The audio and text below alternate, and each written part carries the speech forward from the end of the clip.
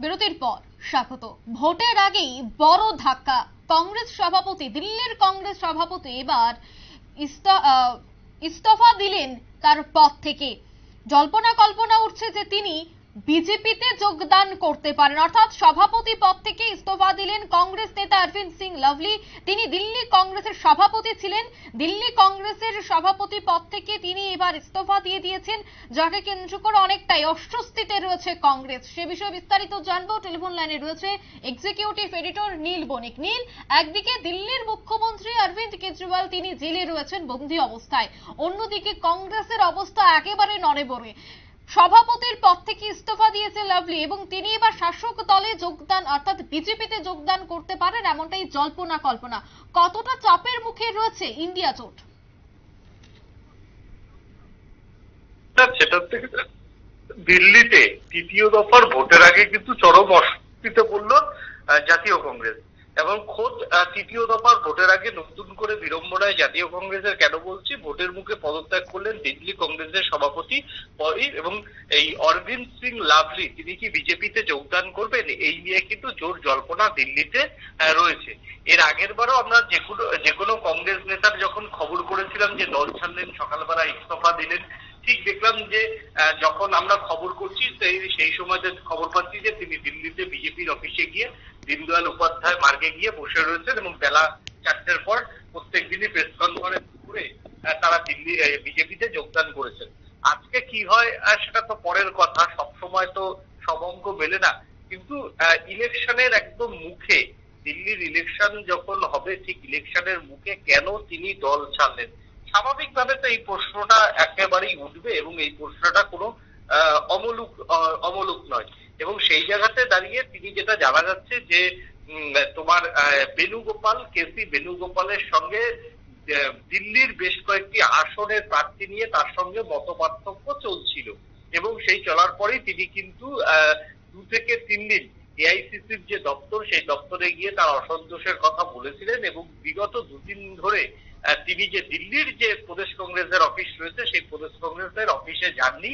অনেক বড় বড় নেতার, আমি কারোর নাম করছি না, তাদেরকে ফোন ধরেনি। তারপরই আজকে সকালবেলায় তিনি তার ইস্তফাপত্র ইতিমধ্যে এআইসিসি কে পাঠিয়ে দিয়েছে। এখন এআইসিসির তরফ থেকে কিছু বলা হয়নি যে তার ইস্তফা গ্রহণ করা হয়েছে কিনা। সবসময় ইস্তফা দিলেই অনেকে কিন্তু ইস্তফা গ্রহণ করতে চায় না, কারণ যিনি ইস্তফা দিয়েছেন হয়তো তাকে মল্লিকার্জুন খার্গে ডাকতে পারে, তার সঙ্গে কথা বলতে পারে, সমস্যা মেটাতে পারে, সবটাই কিন্তু হতে পারে। কিন্তু তারপরেও যেহেতু ইস্তফা দিয়ে দিয়েছেন, তাই বিজেপিতে যোগদানের একটা জল্পনাও দিল্লির রাজনৈতিক মহলে উঠছে। তবে সবটাই জল্পনা, এখনো বিজেপির দপ্তরে তিনি যাননি এটুকু স্পষ্ট। তিনি বাড়িতে, রাজ্যের নির্দিষ্ট দিল্লির দরিয়াবাদে যে তার বাড়িতে আছে, সেই দিল্লির দরিয়াবাদের বাড়িতেই তিনি রয়েছেন। এখন দেখার বেলা শেষে এই জল কোথায় গিয়ে গড়ায়। কংগ্রেসের শীর্ষ নেতারা তার হস্তক্ষেপে তিনি তার যে পদত্যাগ পত্র সেটা তুলে নেয়, না তিনি পদত্যাগ সরাসরি করে তিনি বিজেপি বা অন্য যে কোনো রাজনৈতিক দলে তিনি নাম লেখান, না নির্বাচনের সময় চুপচাপ বাড়িতে বসে থাকেন, সেটা কিন্তু এখনই বলার সময় হয়নি। সেটা জানতে হলে আরো কিছুক্ষণ সময় আমাদের অপেক্ষা করতে হবে। নীল, একটা বিষয় রাজনৈতিক মহলের মধ্যে আলোচনা চলছে, সেটা হচ্ছে যে নির্বাচনী আচরণ বিধি তো লাগু রয়েছে, সেই ক্ষেত্রে অপারেশন লোটাস এই মুহূর্তে সম্ভব নয়। কিন্তু এই যে বিভিন্ন জায়গা থেকে খবর উঠে আসছে যে ইস্তফা দিয়ে দেওয়া বা দল থেকে সরে আসা বা পদে না যাওয়া, এই বিষয়গুলিকে মাথায় রেখে নির্বাচনী আচরণ বিধি যেন লঙ্ঘন না হয়, তাই প্রকাশ্যে অপারেশন লোটাস না হলেও অন্দরে এই ধরনের ঘটনা চালাচ্ছে বিজেপি, বিশেষ করে দিল্লিতে, এমনটাই মনে করছে রাজনৈতিক মহল। তুমি কি বলবে? দেখো, অপারেশন লোটাস যেটা তুমি বলছো সেটা হচ্ছে বিধানসভার ক্ষেত্রে বিধায়ক কেনাবেচার ক্ষেত্রে, কিন্তু কেউ যদি বিধায়ক না থাকে, নীলাম্বরী তিনি তো বিধায়ক নন, তিনি প্রদেশ কংগ্রেস সভাপতি, তার মানে দলের ক্ষেত্রে অপারেশন লোটাসে কিন্তু কোনো আইনি বাধা নেই। এখন তিনি যদি কোন দল করবেন, কোন দল ছাড়বেন, সেটা সম্পূর্ণ তার নিজের ব্যক্তিগত ব্যাপার। সেই জায়গাতে সম্পূর্ণই এটা কিন্তু একেবারে তার নিজের ব্যক্তিগত ব্যাপার। সেই জায়গাতে তুমি যেটা বলছো সেটা হচ্ছে অপারেশন লোটাস, যেটা হিমাচল প্রদেশে আমরা দেখেছিলাম।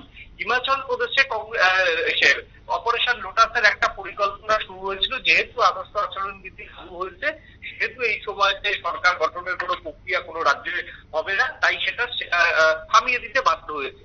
এই ক্ষেত্রে কোনো একজন পার্সোনাল ব্যক্তি সে যদি তোমার হচ্ছে কংগ্রেস যেতে যায়, যে বিধায়ক যিনি কোনো মানে জনপ্রতিনিধিরা, তিনি যদি তার দল থেকে ইস্তফা দেন সেটা তো তার নিজস্ব ব্যাপার, সেখানে আইনি কোনো বাধা নেই।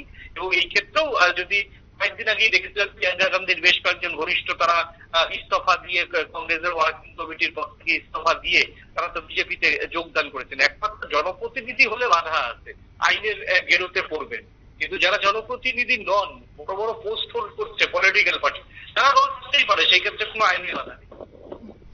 কি মনে হয় যে দিল্লির বিধানসভা নির্বাচন তো আরো অনেকটা সময় বাকি রয়েছে, সেক্ষেত্রে ধীরে ধীরে বিজেপি সেখানে তার ঘাঁটিকে মজবুত করছে? দেখো, দিল্লি বিধানসভা নির্বাচন সামনে, কথা ঠিক। এখন লোকসভা নির্বাচন, যেহেতু কংগ্রেসের সঙ্গে আপের একটা জোট হয়েছে, সেহেতু মানে এই জায়গাতে বিজেপি কিছুটা ভোটের যে অঙ্কে, সেই অঙ্কে কিছুটা পিছিয়ে থাকবে, এটা স্বাভাবিক। তাই বিজেপির যারা ভোট ম্যানেজার, তারা বিভিন্ন কৌশল তারা অবলম্বন করবে, এই কথা অনস্বীকার্য। সেই ক্ষেত্রে তারা শুধু আপকে টার্গেট করবে না, তারা কংগ্রেসকেও টার্গেট করবে। দুটো দলকেই কিন্তু তাদের সমান তালে ভাঙাতে হবে। এবার সেই জায়গাতে দাঁড়িয়ে অরবিন্দ কেজরিওয়াল যেহেতু জেলে রয়েছে, সেই ক্ষেত্রে তারা যেমন আপকে ভাঙানোর প্রক্রিয়া শুরু করেছে দিল্লিতে, কিন্তু তাদের কংগ্রেসও দিল্লিতে টার্গেট। সেই জায়গা থেকে যত দুটো পলিটিক্যাল যে মেইন পার্টি আছে তাদের যত ঘর ভাঙতে পারবে, তত তো বিজেপি না। বিজেপি বিধানসভা না, বিজেপি আগে লোকসভার কথা চিন্তা করছে। লোকসভাতে যদি বিজেপি ঘর ভাঙিয়ে যে 7টি আসনের মধ্যে যদি অন্তত 4টি আসন যদি দখল করতে পারে, তারপর যদি তারা কেন্দ্রীয় সরকারের ক্ষমতায় মোদী যদি আসে, আমি বলবো যদি আসে, তারপর অবশ্যই তাদের টার্গেট থাকবে দিল্লি, কারণ দিল্লি তারা 10 বছর ক্ষমতায় প্রায় নেই, এবং দিল্লিতে ক্ষমতায় না থাকার জন্য বিজেপি সরকারকে কিন্তু অনেক প্রবলেম ফেস করতে হয়েছে অরবিন্দ কেজরিওয়ালের সঙ্গে মতপার্থক্যের কারণে।